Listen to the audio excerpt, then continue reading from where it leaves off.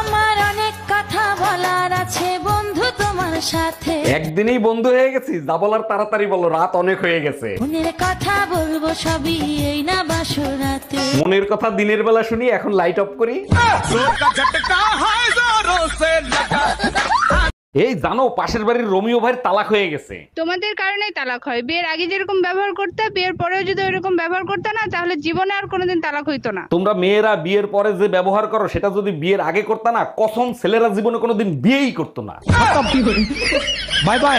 তুমি আর ভালো হইল না, পাশের বাড়ির টুম্পা ভাবি তোমারে থাপ্পড় মারছে কেন? আমি বললাম ভাবি, বৃষ্টির সিজন চলতেছে, কাপড় চোপড় সব খুললে ঘুমাইয়েন।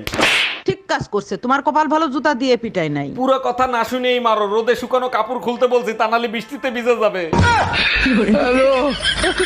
সব কাপড় চোপড় নোংরা, কার বালছেরো ঘরে বসে? একদিন কাপড় কাচিনি তার জন্য এত কথা, আজকেই বাপের বাড়ি চলে যাব। আরে যা, কে বারণ করছে তোরে? হ্যালো মা, তোমার জামাইয়ের সাথে ঝগড়া হয়েছে, 6 মাসের জন্য তোমাদের কাছে আসতেছি। অন্যায় করছে জামাই, সাজা দিবি জামাই রে, আমাদের দিবি কেন? শুনলাম তোর বউকে নাকি তুই প্রচুর ভয় করু। কে বলছে বে? কে বলছে? লোক মানে অনেক কিছু কথা বলে, একবার বউকে ধমকি দিলে কাঁদতে লেগে যায়। পিছনে দেখ তোর বউ দাঁড়িয়ে আছে। তোমারে বিয়ে করে স্কুলের ঘন্টা হয়ে গেছি, প্রতি ঘন্টায় ঘন্টায় শুধু বাজাও। আচ্ছা সত্যি করে একটা কথা বলবা, তুমি বিয়ে করছিলা কেন? ছোটবেলা থেকেই স্বপ্ন ছিল বিয়ে করব, আর তুমি বিয়ে করছিলে কেন? আমারও ছোটবেলা থেকে স্বপ্ন ছিল বিয়ে করে স্বামীকে ঘন্টার মতো বাজাবো।